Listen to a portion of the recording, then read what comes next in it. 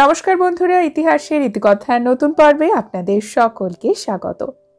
দেবাদিদেব মহাদেব এবং শনিদেবের মধ্যে রয়েছে গুরু এবং শিষ্যের সম্পর্ক।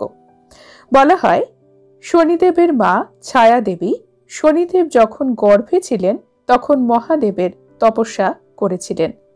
শনিদেব জন্মের পরে মহাদেবকেই তার গুরু হিসেবে তারই উপাসনা করতেন। দেবাদিদেব মহাদেব হলেন সৃষ্টির সংহারকর্তা আর শনিদেব হলেন ন্যায়কর্তা। মহাদেবের আশীর্বাদেই শনিদেব কর্ম অনুযায়ী ফল দান করার আশীর্বাদ পেয়েছেন, কর্ম ফলদাতা হয়েছেন। শনিদেবের পিতা হলেন সূর্যদেব। শনিদেবের গাত্রবর্ণ কালো। তাই দেখে সূর্যদেব জন্মের পরে শনিদেবকে নিজের সন্তানের মর্যাদা দিতে চাননি। ক্ষুব্ধ হয়েছিলেন শনিদেব। মহাদেবের ঘোরতর তপস্যা শুরু করেছিলেন। তার তপস্যাতেই সন্তুষ্ট হয়েছিলেন শিব। শনিদেবকে আশীর্বাদ করেছিলেন ন্যায়ের দেবতা হিসেবেই তিনি পরিচিত হবেন। আমাদের জন্মছকে নবগ্রহের অন্যতম প্রধান গ্রহ হল শনিদেব। প্রত্যেক শনিবারে সাপ্তাহিকভাবে শনিদেবের আরাধনা করা হয় সূর্য অস্ত যাবার পরে। শনিদেবের খারাপ প্রভাবে জীবনে বহু ধরনের খারাপ ঘটনা ঘটতে পারে। প্রচুর পরিশ্রমের পরেও আয় কম হওয়া, দারিদ্রতা থাকা, জীবনে সৌভাগ্য না আসা, এছাড়াও বিভিন্ন ধরনের রোগে এবং শোকে জর্জরিত থাকা শনিদেবের খারাপ প্রভাবে এমন ঘটনাই ঘটে জ্যোতিষশাস্ত্র অনুসারে। এই কারণে অনেকেই শনিদেবকে ভয় পান, কিন্তু শনিদেবকে ভয় পাওয়ার কোনো কারণ নেই।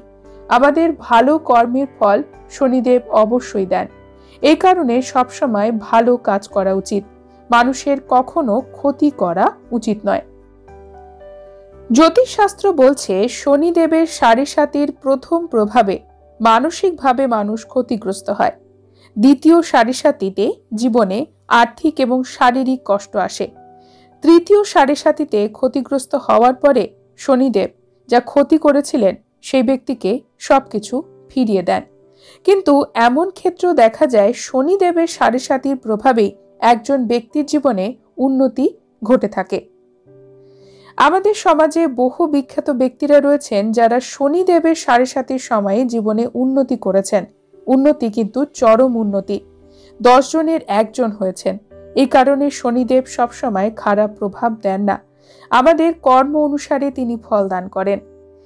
শনিদেবের পুজো তো আমরা সকলেই করি। হিন্দু ধর্মে প্রত্যেকটি দেবী এবং দেবতার পুজোর নির্দিষ্ট নিয়ম রয়েছে। শনি পুজোতে আমরা নীল রঙের অপরাজিতা ফুল সকলেই ব্যবহার করি, কিন্তু এমন একটি ফুল রয়েছে যা শনিদেবের অত্যন্ত প্রিয় এবং একটি ফুলেই শনিদেব সন্তুষ্ট হন, আমাদের মনস্কামনাও পূর্ণ করেন। জীবনে সুখ সৌভাগ্যের অভাব হয় না। শনিদেবের ৭.৭-র প্রভাবও কমতে থাকে। আসুন জেনে নিই কি সেই ফুল। মা লক্ষ্মী যেমন পদ্ম ফুল পছন্দ করেন, মা কালী পছন্দ করেন জবা ফুল, মহাদেব ধুতুরা ফুল। ঠিক সেই রকমই শনিদেব আকন্দ ফুল অত্যন্ত পছন্দ করেন।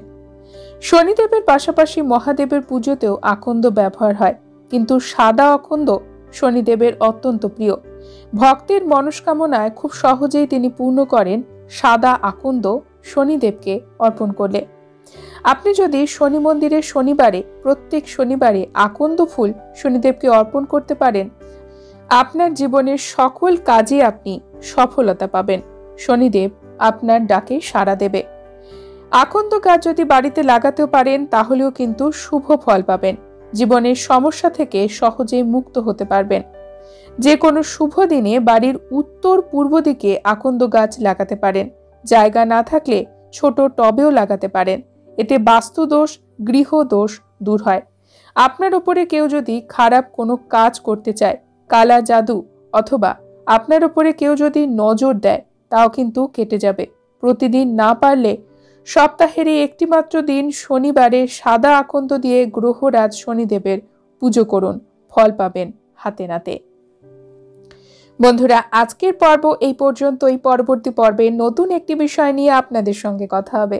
ততক্ষণ সকলে সুস্থ থাকুন, ভালো থাকুন, আর পুরো ভিডিওটি দেখার জন্য আপনাদের অসংখ্য অসংখ্য ধন্যবাদ।